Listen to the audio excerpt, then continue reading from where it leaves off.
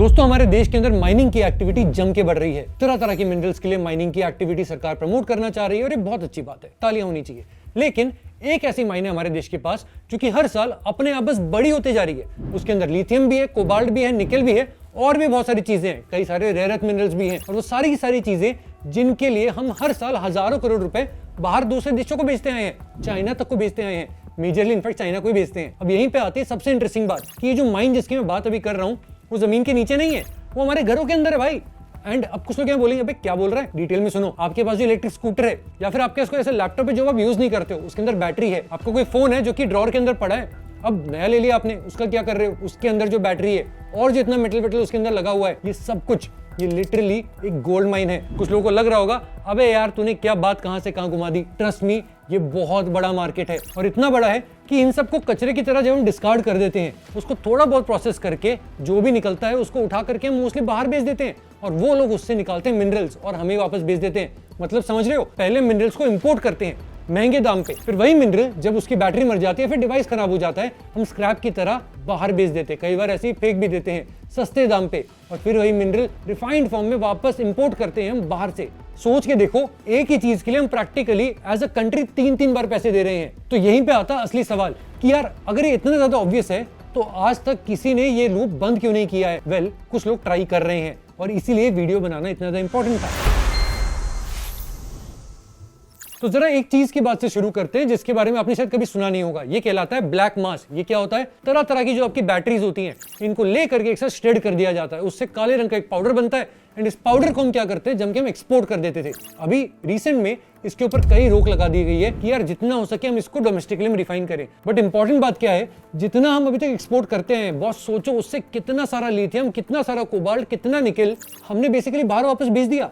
ये एग्जैक्टली वो मेटल्स हैं जिनके लिए हम देश को आत्मनिर्भर बनाना चाहते हैं और हम उसे स्क्रैप बोल करके बाहर भेज देते हैं। और चाइना, साउथ कोरिया, जापान, ये लोग जो यहाँ से सब लेके जाते हैं, उनके पास वो सारे सिस्टम्स हैं, वो इन्वेस्टमेंट्स हैं, वो फैसिलिटीज हैं जिससे वो इसको रिफाइन करते हैं, वापस ही सारे मेटल निकालते हैं सस्ते रेट के अंदर और इलेक्ट्रॉनिक्स के अंदर डाल के हमें वापस चिपका देते हैं। And to be very very clear, ऐसा करके वो कुछ गलत नहीं कर रहे हैं, वो अपने देश के हित में सोच रहे हैं, वो अपनी इंडस्ट्री के हित में सोच रहे हैं। सवाल ये है कि अब हमें ये करना है और हम इसकी तरफ कदम उठाना शुरू कर चुके हैं। सच कहूं तो इस इंडस्ट्री के ऊपर मैं अपने लिंक्डइन पे, अपनी व्हाट्सएप कम्युनिटी पे टाइम टाइम पे लिखते आया हूं, लेकिन मुझे भी ये सारा कुछ इतनी डिटेल में समझने के लिए, ताकि मैं इस वीडियो पे आके आपको बता सकूं, बहुत सारी मेहनत लगी है। तो रिक्वेस्ट है पूरी वीडियो जरूर देखिएगा। ये एक पूरा बहुत बड़ा सिस्टम है, एक लाइन इंडस्ट्री रिपोर्ट्स में छुपी हुई है जो कि ज्यादा लोग नहीं पढ़ते हैं कि इंडिया की फॉर्मल रिसाइकलिंग की जो कैपेसिटी है वो ओवरऑल खाली 60,000 टन की है, 60,000 टन। और उसमें असली काम किसका होता है, केमिकल रिफाइनिंग का, जो कि इंडिया में बहुत ही कम प्लेयर्स करते हैं। तो ये सिस्टम काम कैसे करता है, थोड़ा सोचते हैं इसके ऊपर। इलेक्ट्रिक व्हीकल्स का रेवोल्यूशन आ चुका है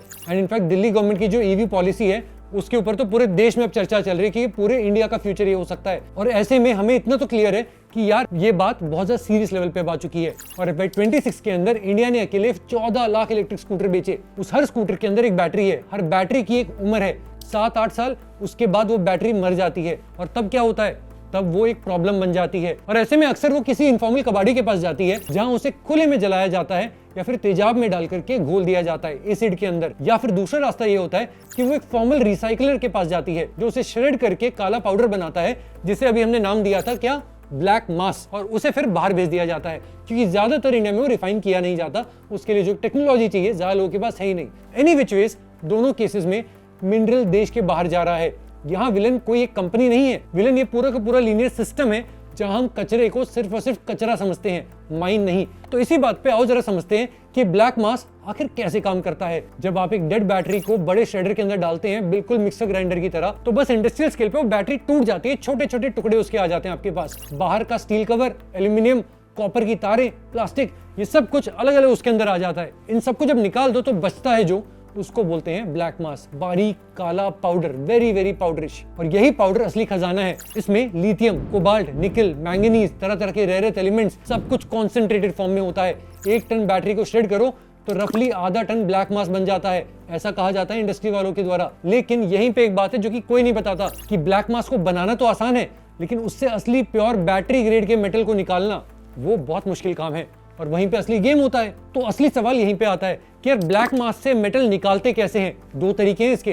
पहला है पुराना तरीका जिसको बोलते हैं पायरोमेटलर्जी, मतलब बैटरी को एक बहुत बड़ी वाली भट्टी में डालो, 1000 डिग्री के टेम्परेचर पे जलाओ उसे, फिर प्लास्टिक जल जाता है, मेटल पिघल जाता है, एक एलॉय बन जाता है। सुनने में बहुत ही सिंपल लगता है, लेकिन ये डिजास्टर है। क्यों? क्योंकि इसमें लिथियम जो कि सबसे कीमती चीज है वो स्लैग में, कचरे में चले जाती है, वापस नहीं मिलता है, वो बहुत ज्यादा मुश्किल हो जाता है। मतलब क्या हुआ कि आप खजाना निकालने के चक्कर में खजाने का ही एक हिस्सा जला देते हो, खत्म कर देते हो। और यहीं पे आता है हमारा दूसरा तरीका, हाइड्रोमेटलर्जी।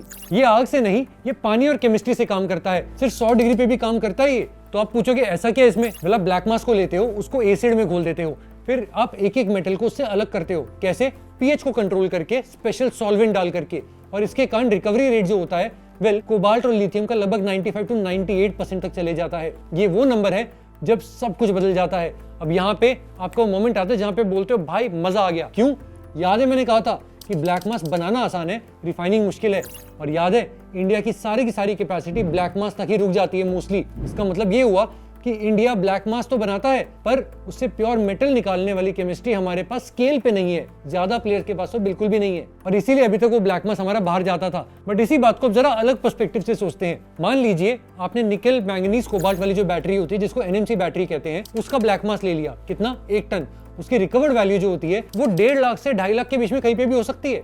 1 टन से इतनी बड़ी वैल्यू क्रिएट करना, सिर्फ कोबाल्ट का हिस्सा ही लगभग 2 लाख तक का हो सकता है। अब ये ब्लैक मास जब हम स्क्रैप के भाव पे बेच देते हैं तो हम ये पूरी की पूरी वैल्यू बेसिकली किसी और के हाथ में दे देते हैं। एक साल में 300 करोड़ से ज्यादा का वैल्यू बस हम ऐसे ही लोगों के हाथ में देते आ रहे हैं, और ये वैल्यू हर साल बढ़ते जा रही है।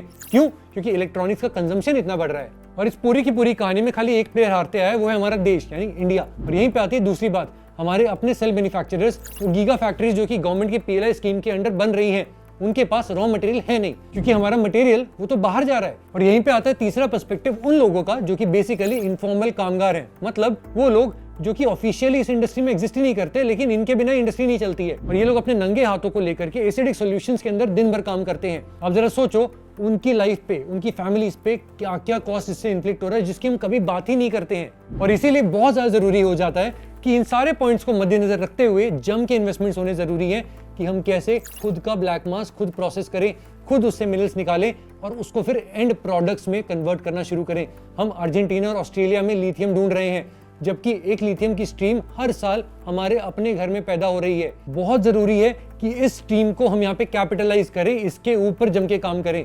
Let us be very clear, हम जब भी रिसाइकलिंग की बात करते हैं हम घुमा फिरा के इसको सिर्फ एनवायरनमेंट से जोड़ देते हैं। हम कहते हैं कि यार एनवायरनमेंट के लिए ये सब करना जरूरी है, अच्छा काम है, थोड़ा पुण्य मिलेगा। हम वो बच्चों को सिखाते हैं 3R, रिसाइकल, ये वो। लेकिन कहानी खाली एनवायरनमेंट की नहीं है, ये कहानी पावर की भी है। जो रिफाइनिंग को कंट्रोल करता है वो पूरी की पूरी ईवी की इकोनॉमी को, इनफैक्ट पूरी की पूरी इलेक्ट्रॉनिक्स की इकोनॉमी को कंट्रोल करता है। चाइना ने ये बात 20 से 25 साल पहले ही समझ ली थी, साउथ कोरिया ने भी, जापान ने भी। इसलिए वो सारे के सारे देश आज के दुनिया की रिफाइनिंग कैपेसिटी को पूरी तरह से कॉन्सेंट्रेट करके बैठे हैं। सारी लेटेस्ट टेक्नोलॉजी वो उन्होंने ही डेवलप करी है, क्योंकि उन्होंने ही उसके ऊपर सारा पैसा भी लगाया इतने सालों तक। पर क्योंकि हम इस पार्टी में देरी से घुस रहे हैं, इसका मतलब ये नहीं कि हमें हार मान लेनी चाहिए। इसका मतलब ये है हमें और ज्यादा जोर के साथ इसके ऊपर अब काम करना जरूरी है, क्योंकि आज नहीं करेंगे तो ये आगे चल के और भी ज्यादा बड़ी डिपेंडेंसी बनेगी। तो मैसेज बहुत सिंपल है इस वीडियो का कि ब्लैक मास, इसके बारे में और पढ़ना शुरू करो। एंड ये बात समझो कि आपके घर में जो इलेक्ट्रॉनिक्स है, एंड इनफैक्ट उससे जो लोग ये ब्लैक मास निकाल भी देते हैं, जो एंड आउटकम होता है वो कचरा नहीं है,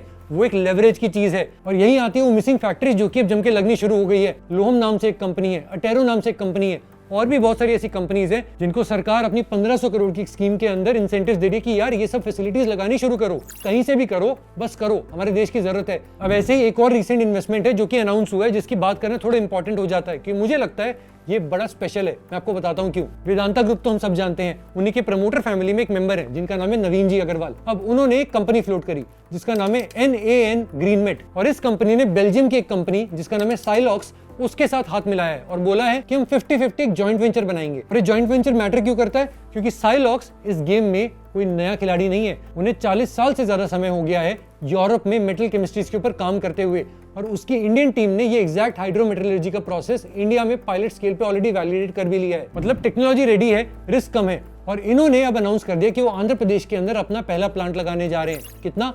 40,000 टन की बैटरी श्रेड करने की कैपेसिटी और 20,000 टन तक रिफाइनिंग का भी। ये इस पूरे के पूरे सेगमेंट के अंदर इंडिया के सबसे बड़े प्लांट्स में से एक होगा।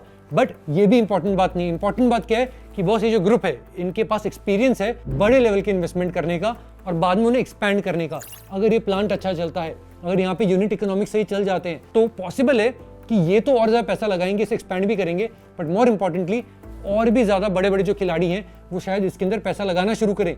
और इसके अलावा इस इन्वेस्टमेंट की एक और इंपॉर्टेंट बात है, ये सिर्फ ब्लैक मास नहीं बनाएगा, ये पूरा का पूरा चक्र बंद करने जा रहा है। मतलब क्या, इसका ब्लैक मास से प्योर मेटल, फिर उस मेटल से कैथोड मटेरियल जो कि सीधा हमारे गीगा फैक्ट्रीज में यूज हो सकता है नए बैटरीज बनाने में। So let us really pray कि ये वाला इन्वेस्टमेंट तो अच्छा चले ही, बट ये इतना अच्छा चले कि इसको देख करके और ऐसे इन्वेस्टमेंट्स आए, ये भी अपना बढ़ाएं और भी 40 कंपनीज इसे सेटअप करें, क्योंकि इंडिया का इलेक्ट्रॉनिक्स का कंजम्पशन, ईवीज का कंजम्पशन ये घटने नहीं वाला है, रादर और बढ़ेगा। एंड जैसे जैसे बढ़ेगा पुराने वाले एक्सपायर होंगे, उनसे और ब्लैक मास बन के और ज्यादा हम ऐसे मिनरल्स निकाल पाएंगे। हमारे देश के लिए, हमारी नेशनल सिक्योरिटी के लिए एंड एनर्जी सिक्योरिटी के लिए भी ये सब बहुत ज्यादा इंपॉर्टेंट हो जाता है। मीनवाइल अगली बार आप जब एक डेड बैटरी देखें तो पुराना पावर बैंक, वो स्कूटर की बैटरी या फिर कोई भी लैपटॉप हो या फोन हो, उसे कचरा मत समझना। वो एक इंपोर्ट सब्स्टिट्यूशन की स्ट्रैटेजी का एक बहुत बड़ा पार्ट बन सकता है। वो एक जियोपॉलिटिकल हेज है, वो एक माइन है जो कि जमीन को खोदे बिना अपने आप बनते जा रही है, बढ़ते जा रही है। इंडिया की असली आत्मनिर्भरता की कहानी का एक बहुत बड़ा टुकड़ा हो सकता है ये। और याद रखना फिर से, ये सब कुछ एक ऐसी चीज से होने जा रहा है जो कि शायद हम आम आदमी यूं ही कई बार फेंक देते हैं। बाकी देखो, इस कहानी का एक और बड़ा ही दिलचस्प एंगल है जिसमें इतना कुछ सीखने को मिलता है कि मैं क्या ही बताऊं। वो जो रेयर अर्थ के मैग्नेट्स होते हैं ना, वो छोटे छोटे अलग अलग बहुत ही रेयर वाले मेटल्स जो कि मेजरली चाइना ही प्रोड्यूस कर रहा है, रिफाइन कर रहा है, प्रोसेस कर रहा है, उसके लिए हमारे देश को अब अपना खुद का रेजिलियंस लेके आना है। इसके लिए ऑफकोर्स सरकार ने PLI स्कीम भी निकाली है, कई इन्वेस्टमेंट्स भी आ रहे हैं और जम के हम बाहर जाके दूसरे देशों से डील्स भी अपने तय कर रहे हैं ताकि उस चोक पॉइंट को हम सॉल्व कर पाए। बट उसमें क्या क्या न्यूआंसेस है और हम क्या क्या कर रहे हैं, उसके क्या आउटकम्स आने वाले हैं, कब आएंगे, ये सब कुछ बड़ा ही डिटेल्ड एक डीप डाइव बनता है। तो अगर आप वो देखना चाहेंगे तो नीचे कमेंट्स में बताओ कि यार भाई इसके ऊपर भी काम करो, हम वो जरूर करेंगे। बट इसी बात पे दोस्तों आज का ये जो डीप डाइव है वो यहीं पे कंप्लीट होता है। आशा करते हैं आपको यहाँ पे कुछ नया सीखने को मिला होगा और कुछ अच्छी वैल्यू मिली होगी। अगर आपको ये अच्छा लगा तो सब्सक्राइब का बटन जरूर दबाना। हम आपसे जल्द मिलेंगे अगले डीप डाइव में। अभी के लिए आप देख रहे हैं ग्रो एज और मैं हूं जयंत मुंद्रा।